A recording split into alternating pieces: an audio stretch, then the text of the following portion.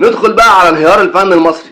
بتفرج على مسلسل ابن النادي الحلقه الاولى، لقيتهم في التتر وهما بيبداوا المسلسل كاتبين ايه؟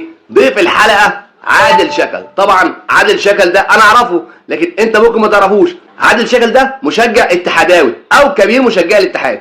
كل اللي عمله في المسلسل انه طلع في المدرجات وبدا يهتف للاتحاد وبيشجع الاتحاد. فنيجي نبص على مسلسل معمول ومصروف عليه، والمفروض ان هو مسلسل كبير، بس هو لا مسلسل كبير ولا حاجه، ده مسلسل كوليشن كان. بس تيجي تبص تلاقي ان فيه ممثلين كبار جدا وجامدين جدا قاعدين في بيوتهم، ممثلين درسوا مسرح ودرسوا سينما واتمرمطوا، خريج معاهد، خريج ورش، عملوا كل حاجه، بقالهم 20 سنه بيمثلوا على المسرح ومحدش عبرهم بدور. لكن نيجي نبص نلاقي مشجع اتحاداوي وشه مألوف، فنجيبه ونكتب اسمه على التتر ضيف الشرف عادل شكل، ويجيبوه ويعملوه ضيف ويعاملوه على انه نجم ويقبضوه قبض نجم. وفي الاخر انت يا كحيان يا شقيان يا خريج المعهد العالي للفنون المسرحيه يا تربيه المسارح يا تربيه السينما يا تربيه الورش الفنيه، محدش يعبرك بمشهد. ويوم ما يعبروك بمشهد يجوك عين الكومبارس يقول لك ايه؟ خش يقول السلام عليكم، وتبقى انت فرحان وطاير من الفرحه عشان انت فرصتك جت وداخل تقول سلام عليكم للنجم الفلاني. فده انهيار فني